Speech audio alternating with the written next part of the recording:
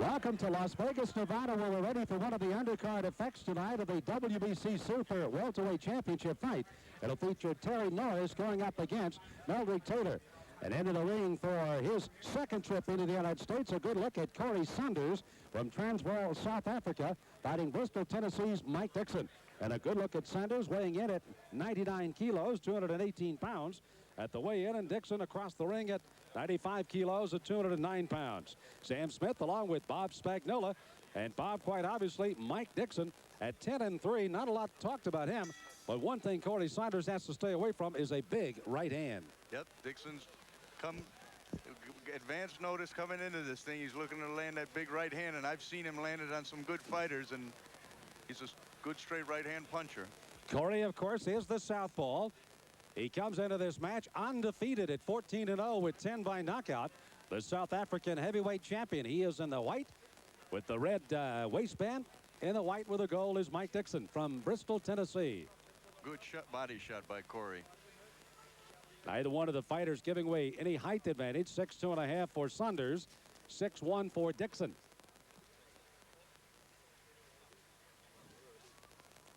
Corrie's working off that right jab. We were talking about it earlier, Sam, the fact that there's never been a southpaw heavyweight champion of the world. Corrie Saunders is looking to change all that. One of the reasons you're always in the wheelhouse for the big right-handers that are around, right? That's right. You're standing in their line of fire. Of course, they're standing in yours, too. He doesn't mind that. He's got a good straight left hand of his own. Harold Volbrick, who is the trainer and manager for Corrie Saunders, indicates this is probably one of the most down-to-earth fighters he's ever had the opportunity to work with. Does not have a big entourage around him, very quiet about his duties. Works and trains very, very hard. A policeman from 1985 before he turned pro in 1988.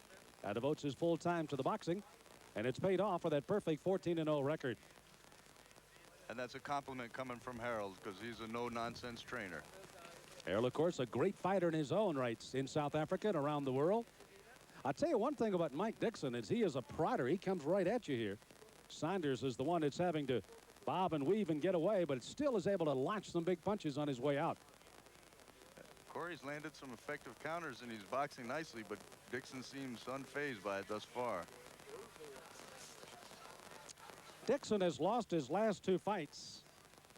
He lost in Helsinki, Finland to Alexander Polfov in 8 rounds in his last fight in March of this year. Other side of the coin, a couple of very good back-to-back wins for Saunders, most recently February the 21st in Sun City, a 10-round win over Anthony Wade. And prior to that, he knocked out Art Card in the first round. Card had just gone 10 rounds with Larry Holmes on his comeback trail, so a good win for him there. Absolutely, showed his power. That's an impressive win. And Big Anthony Wade, Bear as he's known out of Indianapolis, is where he's fighting. There's no easy mark. You can see how businesslike Saunders is. The left-hander punching, leading with that right jab, and then follows with a good left. Having to step away from Dixon, though, is just prodding in on top of him throughout this first round. I like the way he's working the left-hand uppercut to the body on Dixon.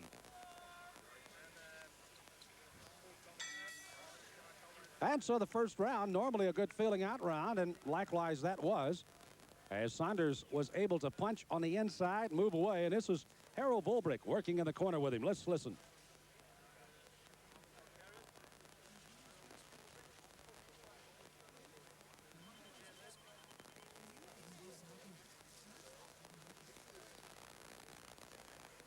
Across the way, this is Mike Dixon. Abdul Muhammad is working in his corner along with Miguel Diaz and J.D. Brown. J.D., who'd been with Ray Leonard throughout his career. Said he was kind of a duck out of water without a major fighter like Ray Leonard this morning. We all have to make our adjustments. First round, pretty much what we expected with the Corrie Saunders, very much the boxer-puncher type fighter in round one. Did a good job against the ever coming forward Mike Dixon, it appeared. Yeah, Dixon certainly needs to improve his work rate if he's going to try to get anything accomplished here with Corrie. By the way, again, the temperatures have come well down from what they were earlier this afternoon as we step into the ring, quite obviously in South Africa much later than we are here at 10 minutes after 6 USA time on the Western time zone of the USA. So a very comfortable afternoon and evening here for the fight, and many saying the fight of 1992 will step on the ring shortly after 7 o'clock our time. Terry Norris against Meldrick Taylor, WBC's super welterweight title, and it could be a good one. And sometimes this might end up being anticlimactic, but somehow I can't imagine this one will be. Good combination. Good indeed, as Saunders really setting down on some punches. Saunders' most impressive amateur record, as all of our fans in South Africa are well aware of. 169 wins, only 11 losses. Good straight left hand that time in on Dixon. He won 7 South African titles between 79 and 88 before turning pro. Springbok colors awarded to him as the top award in 1988. Boxing nicely. Dixon looks like he's just looking for one punch here, Sam. He's taking a shellacking so far. But I noticed good right hand to the body by Dixon. I noticed on his record that he lost a 6-round decision of Pancho Carter, a vicious puncher out of Atlanta, Georgia. And if he could fight Pancho for 6 rounds and lose, he had to get hit by him. So he got a real good beard. One thing it is so good about the stand-up style of Corrie Saunders, and you see how he gets down in the trenches there, is that he's always looking at his opponent. So many times when you fire away, you'll turn your head one way or the other. He always is looking straight ahead at his opponent and kind of measuring every punch he needs to throw, and that's good. He seems very focused.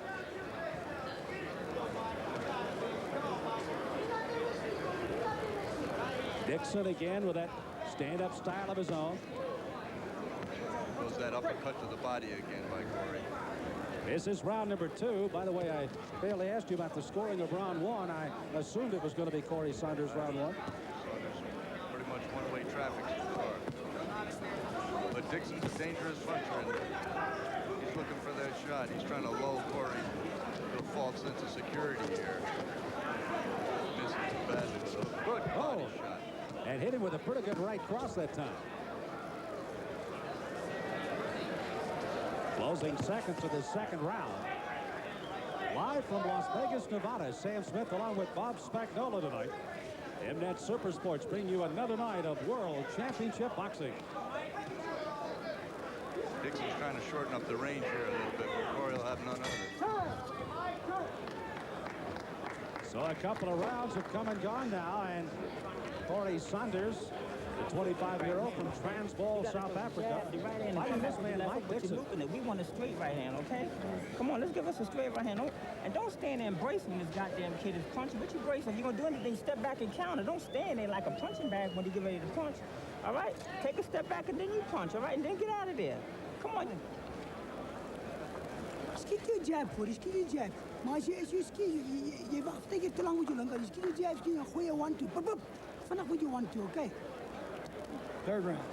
Just encouragement, and let's see what we had in round number 2. These were those good punches, I think, thrown by Dixon, and the good follows by Saunders. Dixon, as you said, loading up for the one big punch, it appears, Bob. Yeah, he needs to improve his work rate if he's playing. He just needs to set something up. He's looking for one punch, and I think Corrie's already, he's been well scouted. He's well aware of the fact that he's looking to land that big right hand. So round 3 is underway. These are heavyweights. Again, Corrie Saunders with his back to you. Came in weighing at 99 kilos today, 95 for his opponent, Mike Dixon. Weigh-in was held early this morning at the beautiful Mirage Hotel here in Las Vegas. This is the last fight, by the way, that'll be staged in this particular venue on one of the parking areas behind the Mirage. They will be moving it just slightly, I understand, as we look at it to our left. They've had only 5 major events, this being number 6 since the hotel opened some 3.5, 4 years ago. Nice counter by Corrie. Dixon's trying to shorten up the distance here a little bit, but Corrie will have none of it. Corrie Saunders is a marvelous athlete. You can see how well he is inside the ring. Of course, a world-class rugby player as well. Likes the water ski. I like him because he's a 14 handicapper in golf. So we can put up a pretty good game. He can hit the long ball. He's really got it. He's nice. He's in his rhythm. Got a nice rhythm for a heavyweight fighter. I like the way he works to the body. Well, he does a nice job, yeah. Kind of just climbed the stairwell right up, didn't he?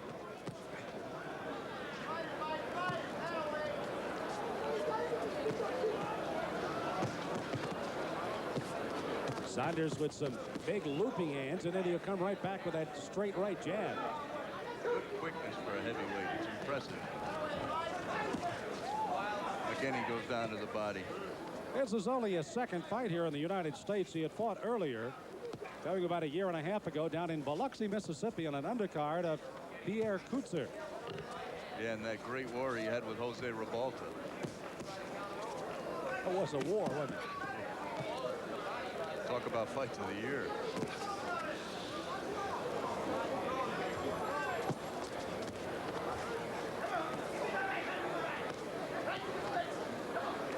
Dixon is taking some good punches here from Corrie. Oh, big left hand got him. To the neutral corner, he's sent by Mitch Halpin, the referee. And Mike Dixon will get up. Gloves are up, but he is weary. Mitch is making sure he can continue. He's going to let him go. Nice left-hand counter got the job done. You see the time left in the third round. Saunders in on top of him.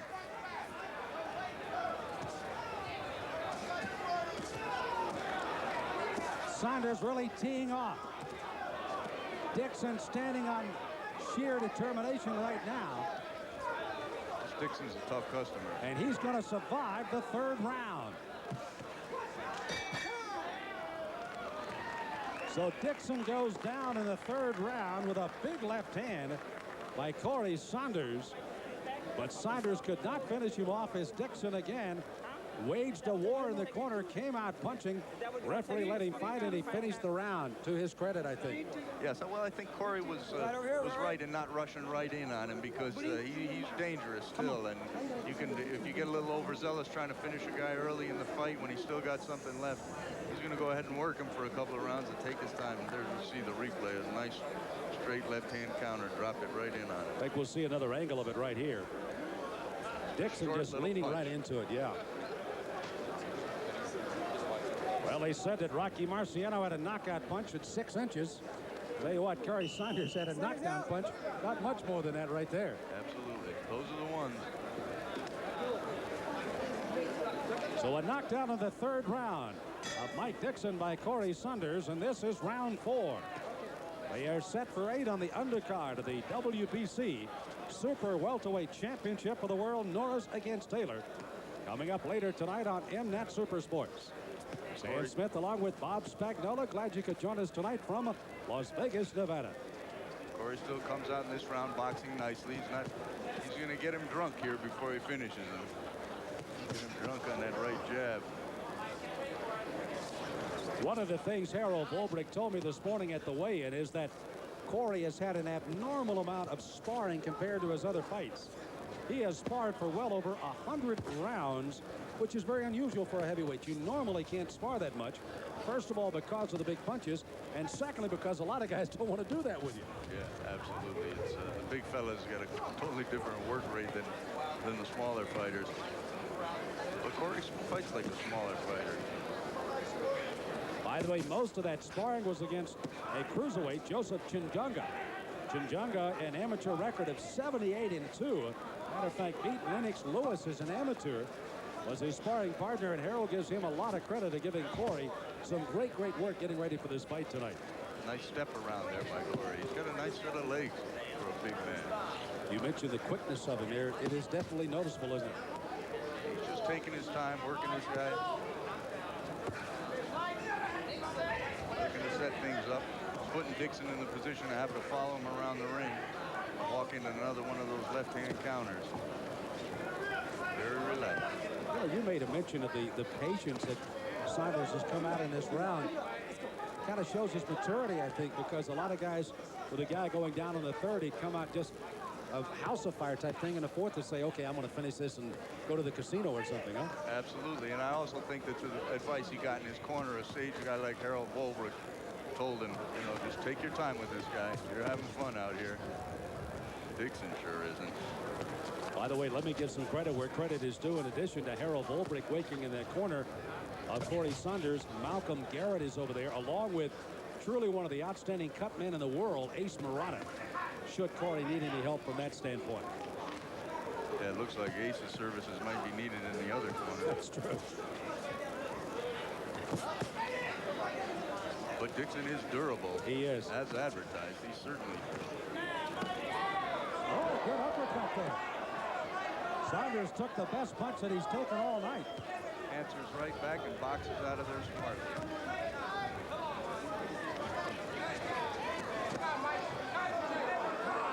Oh, Dixon is starting to snarl and growl now at Corrie Saunders. You know, you made mention earlier when we talked this afternoon about Elijah Tillery being in trouble with Dixon early on in a fight that Dixon fought, and gee, he's fought out of a hornet's nest here in this round. Absolutely. I saw him in Atlantic City in a fight.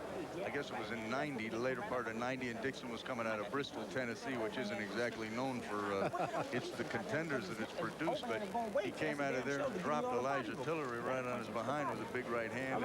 Wipe his nose. Was taking a bad beating when it happened. Why I want you to get busy, but I need. That, by the way, was May of 1990. And you see again, that's the uppercut right there. Boom. Boy, it was a good punch thrown by Dixon. Corrie, again, to his credit, pivoted out of that jam on the ropes and came out in the center of the ring only to get trapped on the ropes again. And this, again, is another angle of that great uppercut by Dixon. Hook to the body and then uppercut. Everybody's calling that the Mike Tyson. That's what he did to Jose Revolta. Hook to the kidney and then uppercut. Well, Mike Tyson, I guess, again, just failing to learn. He's in trouble again, even while he's in jail already. Kind of threatening one of the guards and has set his release back, I'm sure, probably maybe a month or so. They're saying 15 days, but gotta have a feeling it's going to be a little longer than that. Mike's already got rid of that good time he built up. This is round 5. Saunders, again, on the right. Mike Dixon, who getting off the seat of his pants in the 3rd round, fighting very well in the 4th. That very easily could have been a Dixon round, by the way, in the 4th. Well, I don't know. I mean, he threw one combination. It was certainly his best round of the fight. But I think Corrie, to his credit, he's taken his time. He knows this guy is still dangerous, and he's not gonna take any chances and lose the fight on one blow. There's a southpaw, regardless of his toughness, you know, in the heavyweight division, and you're standing right in the line of fire. And this guy, every fight he's ever won, he's won by hitting guys with a big right hand. And actually, he just landed a good one and had absolutely no effect on Corrie right there.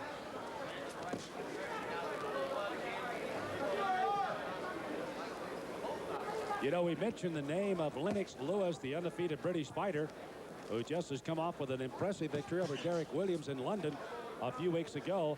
And the sparring by Dixon for the prior to that fight was done by Dixon against Lennox Lewis. So he was his sparring partner, getting him ready for the Williams fight, and apparently got him well prepared.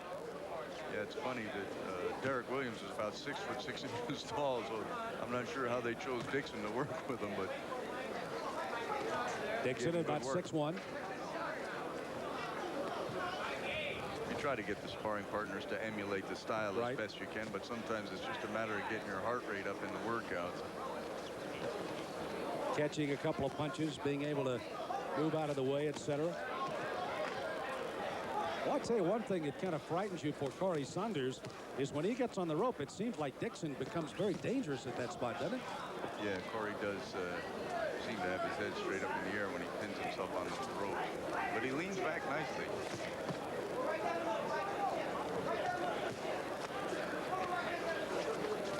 You see the closing 40 seconds of round number 5.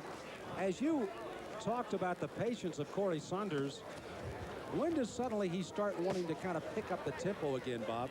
Not in the 5th round, it's apparent here. But is the 6th and 7th, does he want to pick up the tempo a little bit more on him? Well, I think he's going to, you know, depending on Dixon there, he hit him with a good left hook.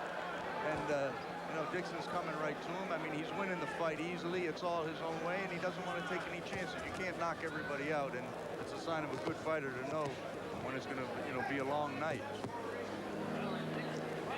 We, by the way, because of our technical hookup here with the HBO television network here in the United States, will be unable to bring you an interview with Corrie Saunders after the fight is over. But certainly here on InNet Super Sports, we'll keep you well abreast of what is ahead for Corrie Saunders as he has finished round 5 with Mike Dixon here. Suck it up. Breathe to your mouth. He's getting dog tired too. Never mind your nose. Breathe to your mouth. Don't worry about your You nose. got to stop doing it. You got to stop bugging. Breathe to your mouth. I got it. Now what you doing, Mike? This is in Dixon's corner. Why you met één shot van. Don't panic. Maar wanneer Take a deep breath and let it out slow. Wanneer hij opmaakt, hou hem op. Wanneer hij opmaakt, dan schiet hij een streep weg. Wanneer hij opmaakt. Maar hij maakt helemaal op als je slaat. Maar je moet naar je rechterkant toe bewegen. Great look at this venue behind the Mirage Hotel.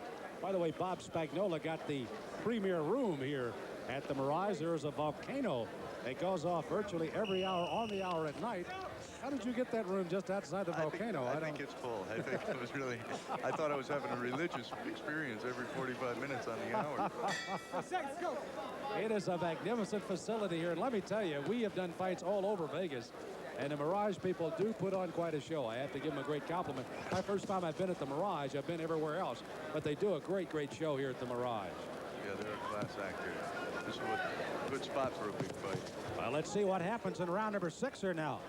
As Saunders again with a knockdown of Dixon in the 3rd round. He fought well through the 4th and 5th, even though the 4th round may have been Dixon's best round of the night. And now here they are in the 6th. They're scheduled to go 8. The undercard of the WBC super welterweight fight. Terry Norris against Meldrick Taylor. Many are calling it the potential of the fight of the year in 1992. So don't touch the dial, folks. Corrie's mixing his punches up well. He's parrying, just working, scoring some points, and then he leans down, settles down, and digs a nice right hook to the body. Dixon's confused about his tactics. Dixon's mouth's wide open. I'm sure Corrie's family watching back in South Africa. He has a brother and a sister. He is single, by the way, for you ladies back in South Africa, a eligible bachelor. And a very dedicated boxer, as you can well tell here. Continues to work nicely to the body. And you know, with the heavyweight situation and a rather muddled picture, Corrie Saunders, a couple of fights is right in the mix of the whole thing here, Bob. Absolutely, and when he stepped up in competition, I remember them worrying about it when he fought Johnny Deploy. They said, well, maybe they're rushing this kid, and it seems like when he steps up in competition, he really shines. Put Deploy away in the 1st round of their South African Heavyweight Championship. A shocking 1st round knockout by Corrie Saunders. Left no doubt about that.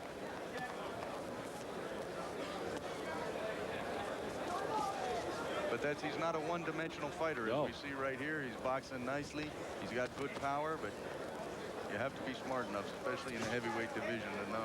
Well, I like the last part of that. He is a fighter. I mean, that literally is what he is. He's a boxer when he wants to be. Punching well, as you can plainly tell. I think some of that rugby experience didn't hurt him there.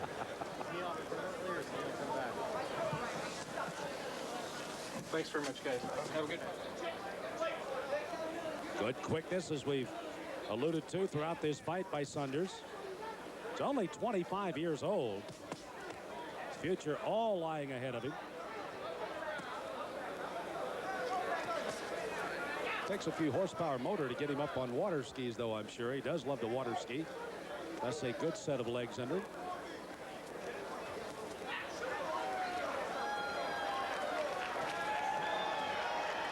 Another good left-hand counter by Saunders. There's a bell to end the 6th round, and a very weary Mike Dixon heads for his corner and is somewhat quizzical on where in the heck the stool is. And it is gone. But those body shots he's been absorbing, I can see why he's gulping for air.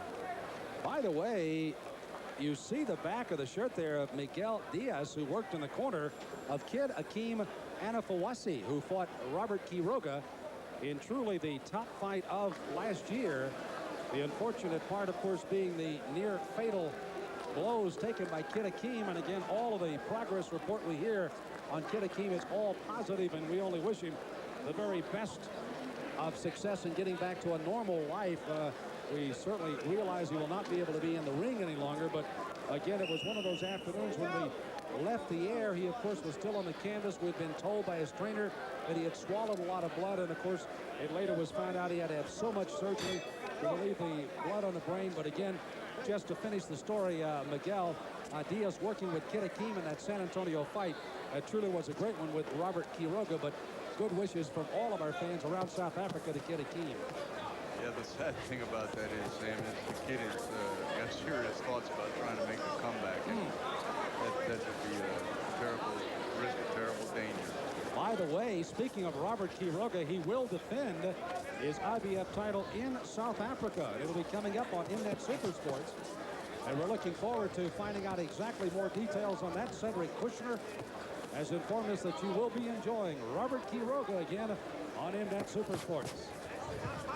A real comer, a fantastic little pressure fighter, Robert Quiroga is. He's going to put on an exciting show, regardless of who he's matched with.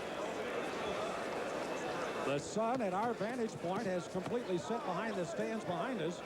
And right now, Corrie Saunders is trying to set the sun on Mike Dixon. He has certainly got him weary here in the seventh. A big left hand's got him losing. Dixon's like a sleeping giant, and sometimes it's best to leave them alone. But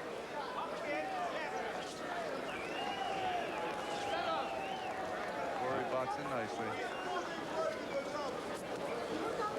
I always tell the story, as I did early on, being from West Texas, where there's not a lot of trees to hide under and a lot of rattlesnakes. The most dangerous snake in the world is an injured one, and one that you think is dead. And that's exactly where Mike Dixon is now. He's just kind of laying in the bushes and waiting for Saunders to make a mistake here. That's right, and Corrie seems he's realizing discretion is the better part of valor sometimes. And don't want to he's not giving Dixon a chance to shorten up that distance in the whole fight, and he shouldn't do it now here at the end. Nice straight left hand. Dixon certainly looks to be a beaten fighter at this stage. Yes, he is. Just prodding in. Saunders again with those good quick moves left and right. You know, Bob, we always use the word angles, and I think for a heavyweight, Saunders probably has as many angles as we have seen in a long time. He works them very nicely. You're not standing there, never letting this guy get set.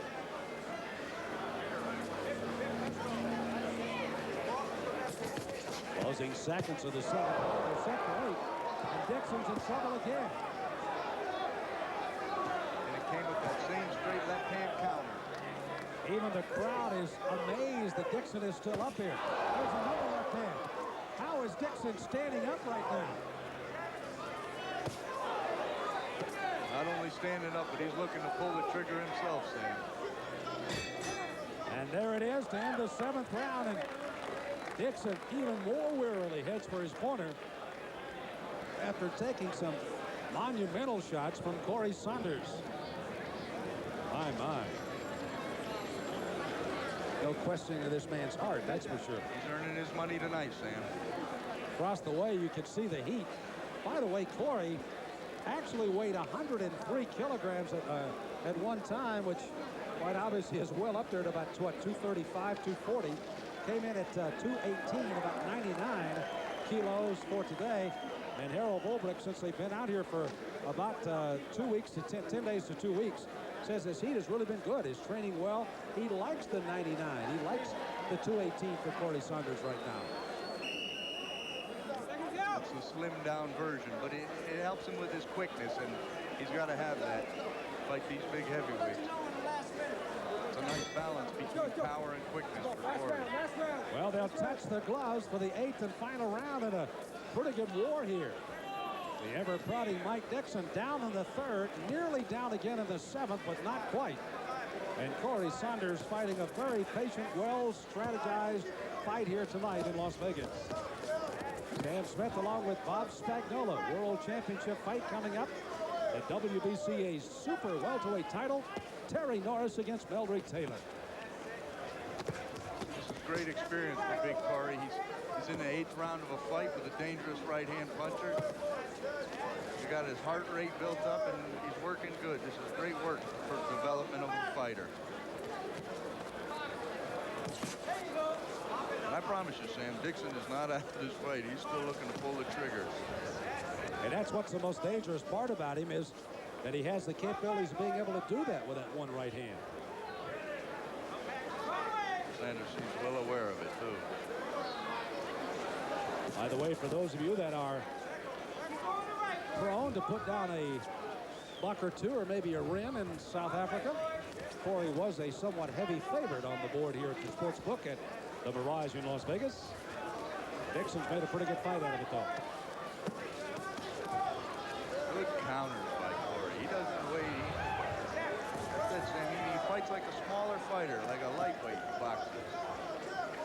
you being, of course, a manager and having promoted fights all over the Southwest, and for that matter, all over the U.S. and around the world, you know that a good, solid undercard sets up a championship fight so well. And we're seeing that very thing with these heavyweights tonight. We've had an excellent show. There's a good right hand by Dixon.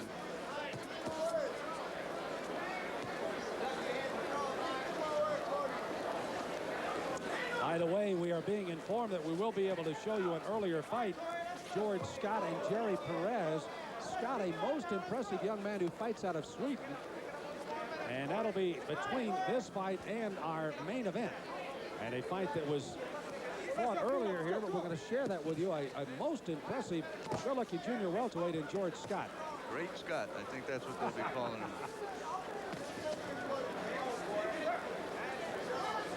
Well, meticulous Corrie Saunders has been doing his work in the office and has done a good job.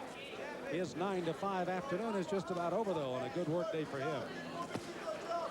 He really has put it together nicely here. He showed power, speed, and really nice boxing skills. Under a half a minute to go in the fight. He's taken that right hand completely away from Dixon in this fight. And when you're a one-dimensional fighter and that's all you have, that's what leads up to a long night. Nice turning him around, pivoting around here. And there's the bell to end the fight, and 8 good solid rounds by Corrie Saunders from South Africa. And Mike Dixon out of the USA. And Saunders again with a knockdown of Dixon in the third. You kind of felt like that was the beginning of the end, but a very labor work job by Mike Dixon to stay in this fight. And even Corrie might have got a little frustrated at time, but still stayed very patient and very workmanlike in what he had to do. I really like what I saw, Sam. Harold's really got something with this kid. Of course, Rodney Berman in South Africa, helping to promote not only this young man, but also Pierre Kutzer, along with Cedric Kushner, the international boxing promoter. And they do indeed have a couple of pretty nice-looking heavyweights coming out of SA. Yep, they've developed some good fighters. Ring announcer Michael Buffer will share the decision with us, and here it is. Ladies and gentlemen, here at the Mirage, we go to the scorecards. All 3 judges, Art Laurie, Dave Moretti, and Davey Pearl, score the bout with the same numbers, 80 to 71. The winner by unanimous decision, Corrie Saunders. So Corrie Saunders picks up his 50th win. He has 10 knockouts, but it was not Ladies to be a and gentlemen, a knockout hand this for Mike afternoon. Dixon, if you will. Mike Dixon stayed right in there with him, going down in the third, and a very good outing here for Corrie Saunders. And the future, as we pointed out, Bob, is going to be very, very bright for Saunders. That's right.